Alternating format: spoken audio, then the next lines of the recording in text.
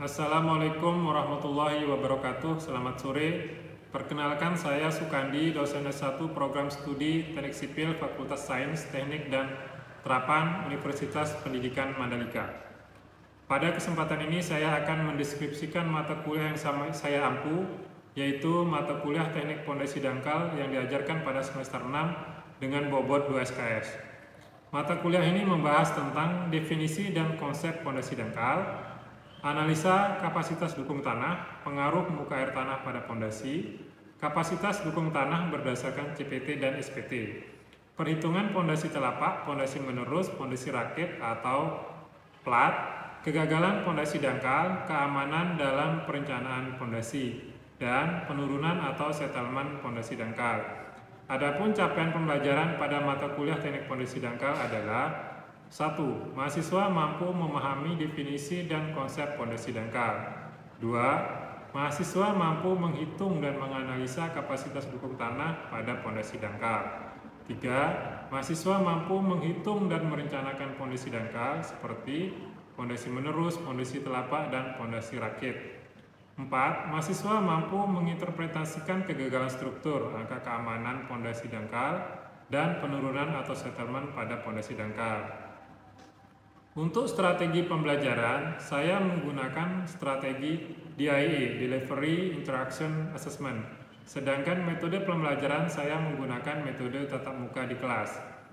Untuk mempermudah pembelajaran di kelas, saya menggunakan PowerPoint dan setelah pembelajaran selesai, saya membagikan ke mahasiswa melalui grup WhatsApp mata kuliah teknik pondasi dangkal dan melakukan diskusi tentang materi yang disajikan, serta memberikan tugas dalam menghitung dan merencanakan pondasi dangkal.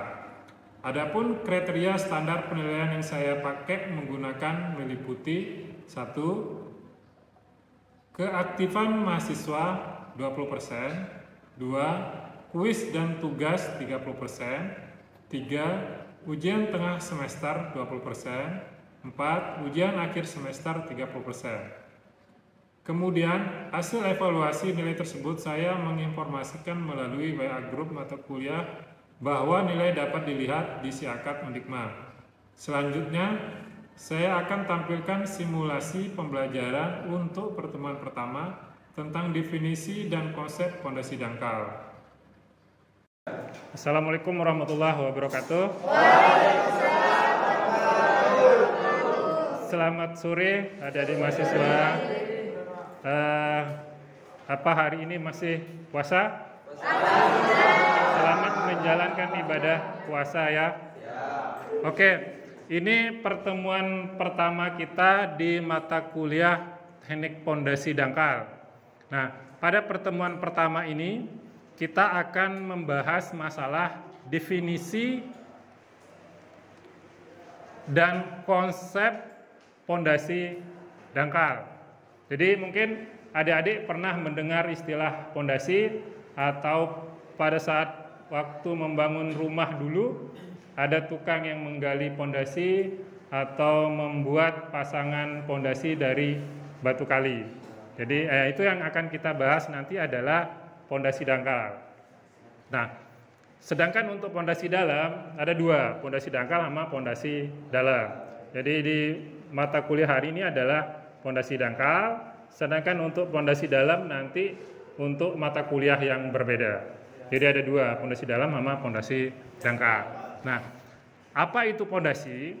Jadi kalau pondasi itu adalah suatu bagian dari konstruksi bangunan. Ada konstruksi bangunan yang berfungsi untuk meneruskan beban. Berarti seluruh beban yang ada di atas akan diteruskan ke tanah melalui pondasi. Nah, pondasi ini tanpa harus mengalami keruntuhan geser atau penurunan.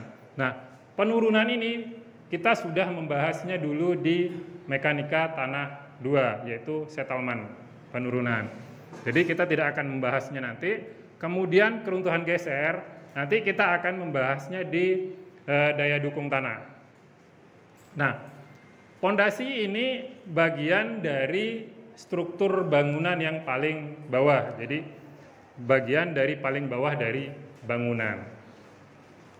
Nah, selanjutnya adalah bagaimana kita atau cara kita membuat suatu pondasi. Jadi ada beberapa hal yang mempengaruhi dalam pembuatan pondasi. Yang pertama adalah berat bangunan yang didukung. Nah, berat bangunan ini biasanya kita hitung beratnya berapa dari hasil perencanaan bangunannya, kita hitung berat bangunannya. Kemudian dari berat bangunan itu nanti kita akan pakai untuk perencanaan pondasi. Kemudian jenis dan daya dukungnya. Nah, jenis tanah dan berapa daya dukungnya. Jadi di tanah apa nanti pondasi itu akan diletakkan. Apakah nanti tanah lempung, lanau, atau tanah yang berpasir.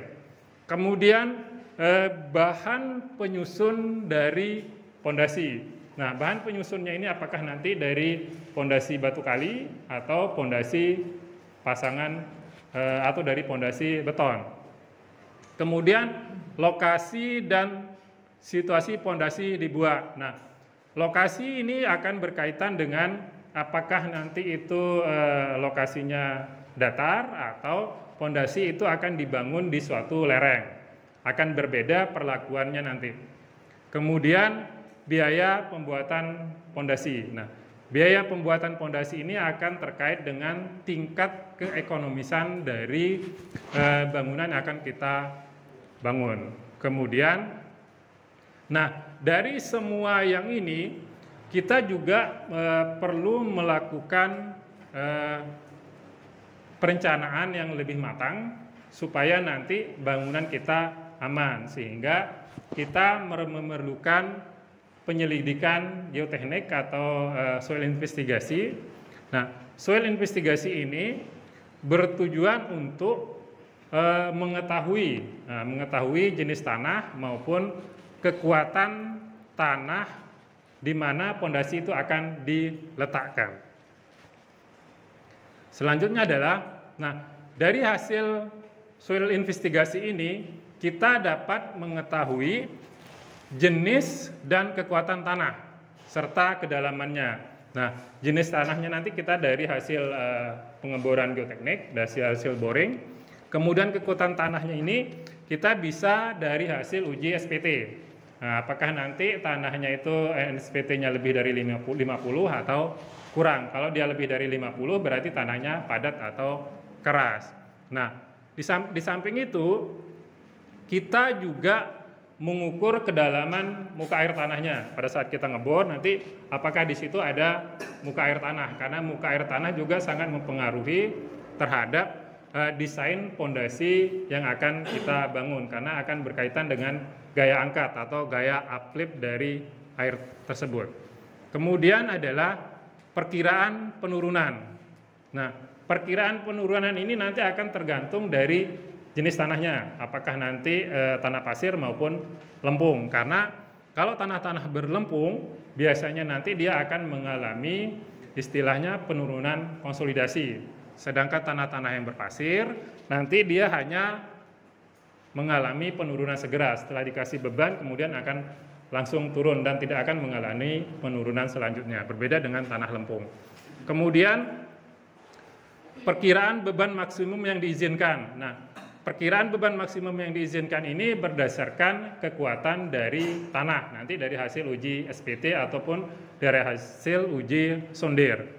Kemudian kita dapat menentukan jenis pondasi. Nah, dari sini nanti apakah kita menggunakan pondasi footplat, pondasi menerus, atau kita menggunakan pondasi dalam atau tiang panjang, bor pile dan sebagainya. Nah, ini adalah proses kita melakukan soil investigasi. Jadi ini adalah mesin bornya, kemudian ini adalah hammer SPT. Jadi ini adalah berat dari hammer ini adalah 63,5 kilo. Kemudian tinggi jatuhnya adalah 75 cm. Nah, dari sini kita nanti akan bisa mengetahui kepadatan tanahnya. Ini kebetulan posisinya adalah tanah yang datar, kemudian berada di daerah-daerah yang aluvium. Sedangkan yang di bawah ini adalah daerahnya adalah daerah perbukitan. Ini adalah daerah perbukitan pinggir pantai, sehingga ini diperlukan suatu soil investigasi atau penyelidikan tanah untuk melihat seberapa dalam letak tanah kerasnya, karena nanti ini potensinya longsornya sangat besar, sehingga nanti kita akan bisa mengetahui sampai kedalaman berapa letak dari bidang longsor. Nah, ini adalah hasil bore lognya. Dari hasil pengeboran tadi, kita bisa mengambil sampel tanahnya ini dari kedalaman 0 meter sampai dengan 10 meter misalnya. Jadi kita urutkan dari permukaan tanah, kemudian 1 meter, 2 meter, sampai seterusnya sesuai dengan yang kita rencanakan. Apakah nanti kita merencanakan kita bor sampai 50 meter, 20 meter, dan sebagainya. Nah, setelah kita mendapatkan hasil bor log tanah ini, kemudian kita melakukan deskripsi. Nah, jadi kita melakukan deskripsi jenis tanahnya apa, dari kedalaman 0 meter sampai 10 meter. Nah, kemudian kita tulis di sini. Kita tulis, deskripsikan jenis tanahnya. Kemudian ini adalah grafik NSPT. Dari pukulan yang tadi, berapa pukulan, baru kita tulis di sini. Sehingga dari sini kita bisa mengetahui apakah tanah itu padat atau tidak, apakah tanah itu lunak atau tidak. Karena kalau dia tanah lunak misalnya, NSPT-nya kurang dari 2. Kalau tanah sedang, dia NSPT-nya lebih dari 10. Kalau dia tanahnya padat, NSPT-nya lebih dari 30. Kalau sangat padat berarti NSPT-nya lebih dari 50. Kemudian di samping kita melakukan pengujian boring, kita juga bisa melakukan pengujian sonder. Mungkin dulu pernah dapat waktu di Mektan 2, kita pernah praktikum sonder. Jadi ini adalah grafik yang kita dapat dari hasil pengujian sonder. Karena pada saat pengujian sonder yang kita baca adalah tahanan konus sama perlawanan konus. Kita membacanya di manometer. Kemudian kita membuat grafik hubungan antara kedalaman dengan tahanan ujung konus. Nah, yang ini adalah grafik dari friction ratio atau rasio gesekan dari tanah.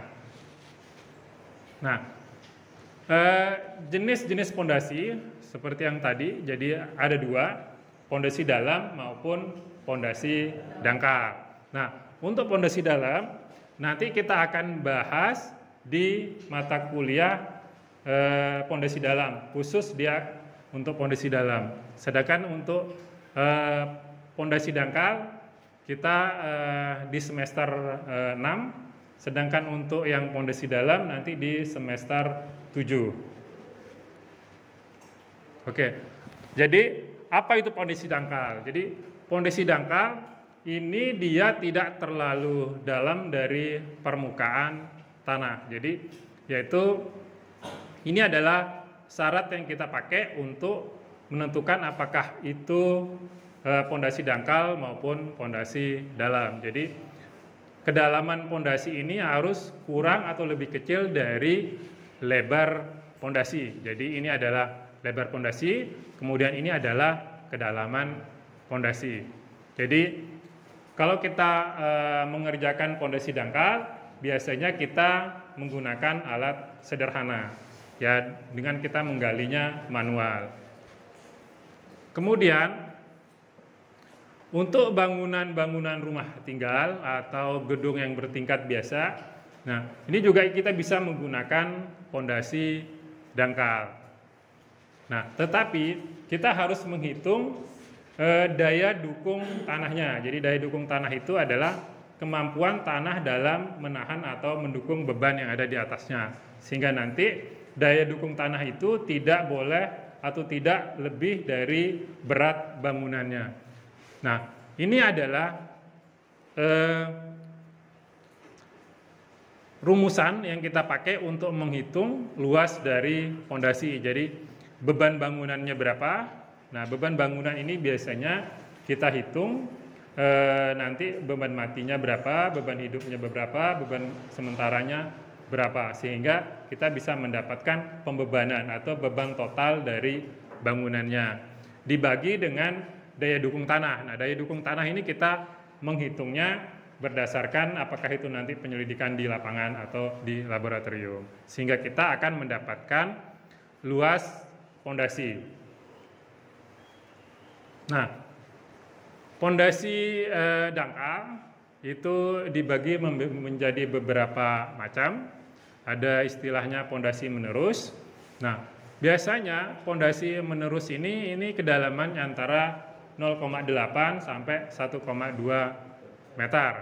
Nah, ini dipasang di sepanjang dinding bangunan struktur. Nah, jadi nanti kan kalau kita membuat suatu bangunan, dia akan dipasang di sepanjang dinding bawah bangunan, terutama untuk pondasi-pondasi batu kali atau pondasi pasangan batu kali. Nah, kemudian ada pondasi telapak atau pondasi setempat. Nah, kedalaman dari pondasi telapak ini antara 1,2.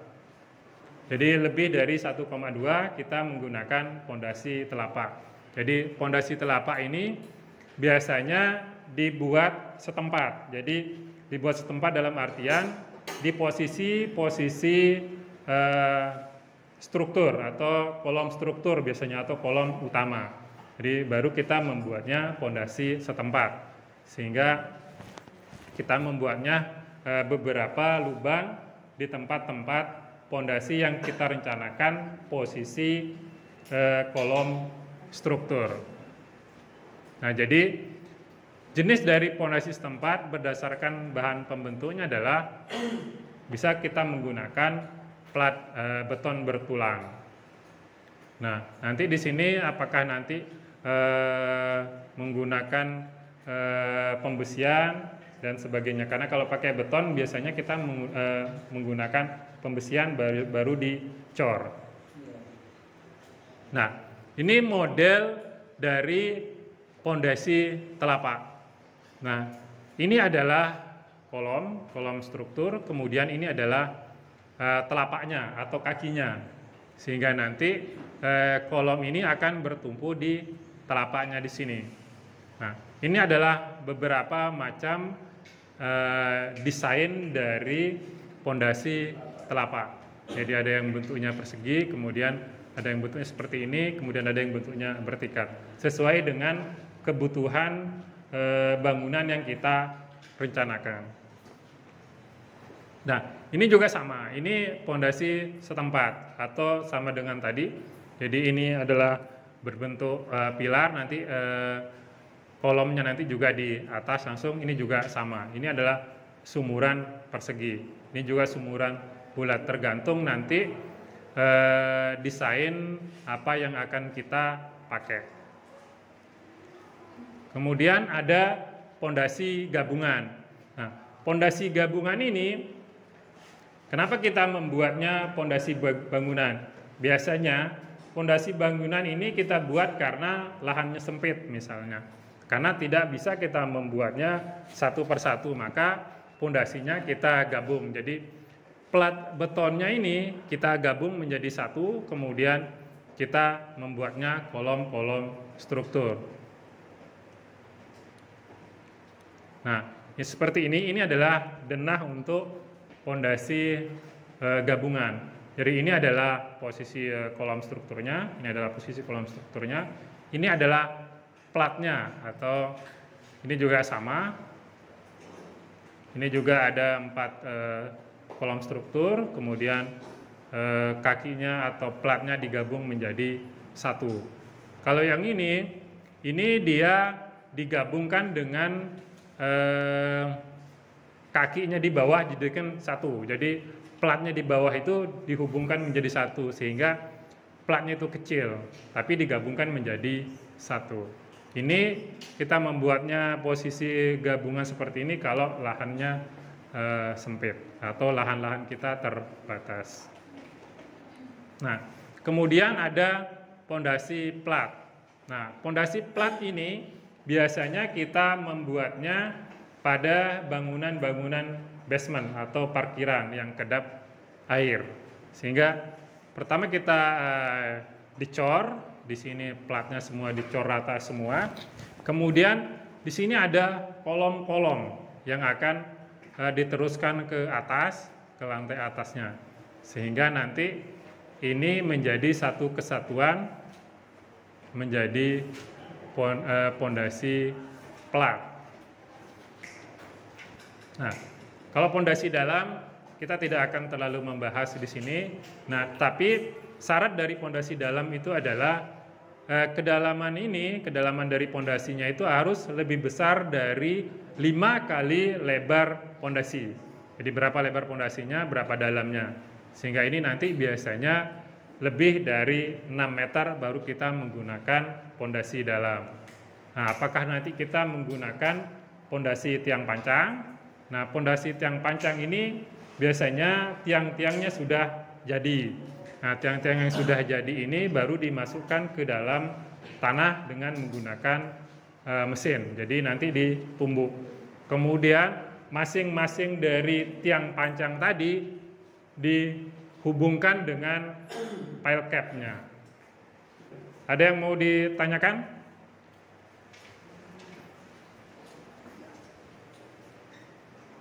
Sebelum perencanaan pondasi dangkal, pengujian apa saja yang seharusnya dilakukan? Oke, seperti yang tadi.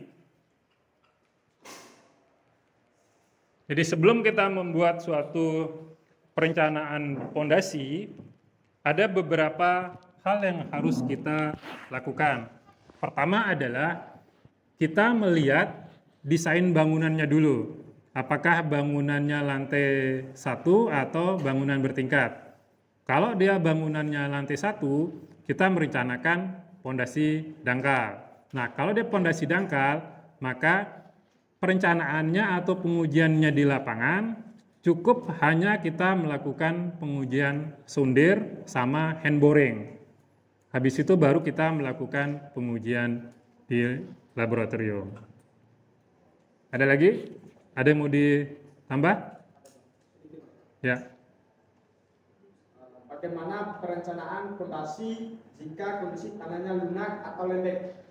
Ya, jadi kalau dia posisinya kita merencanakan pondasi itu di tanah yang lembek, terutama kalau kita membuat suatu perencanaan jalan raya, biasanya tanah-tanah yang lembek itu dikeras dulu atau berada di tanah-tanah lempung misalnya.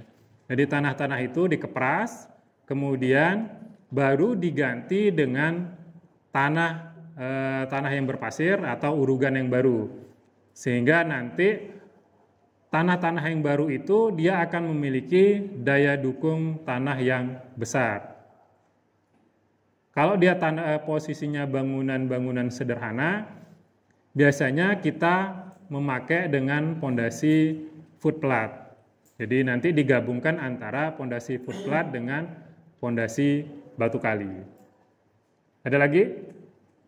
Izin bertanya, Pak. Ya. Apa perlu dilakukan pengujian laboratorium untuk perencanaan pondasi dangkal? Kalau pondasi dangkal, sebenarnya cukup dengan data sondir, tapi kalau mau lebih detail lagi, kita bisa melakukan pengujian di laboratorium.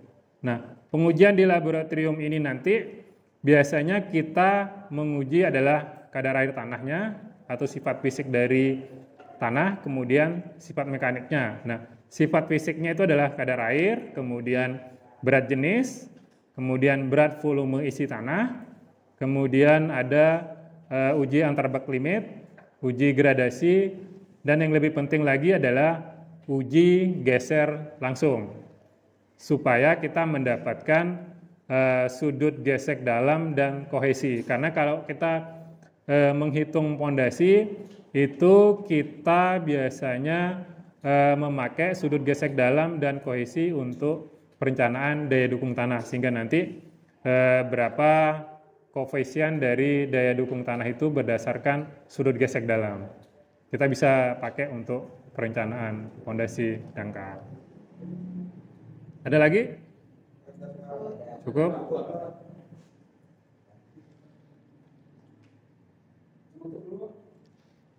Oke.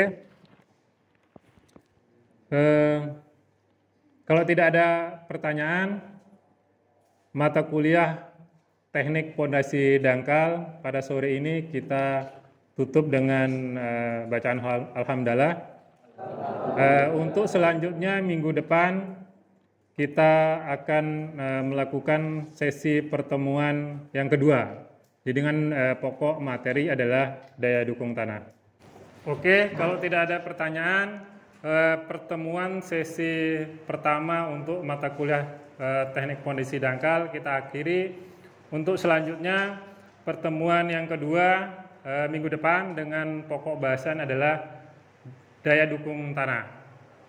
Sekian dan terima kasih, sampai jumpa minggu depan. Terima kasih Pak. Sama Pak. Demikian video simulasi pembelajaran tentang definisi dan konsep fondasi dangkal. Semoga bermanfaat untuk program studi teknik sipil Fakultas Sains, Teknik dan Terapan. Wassalamualaikum warahmatullahi wabarakatuh.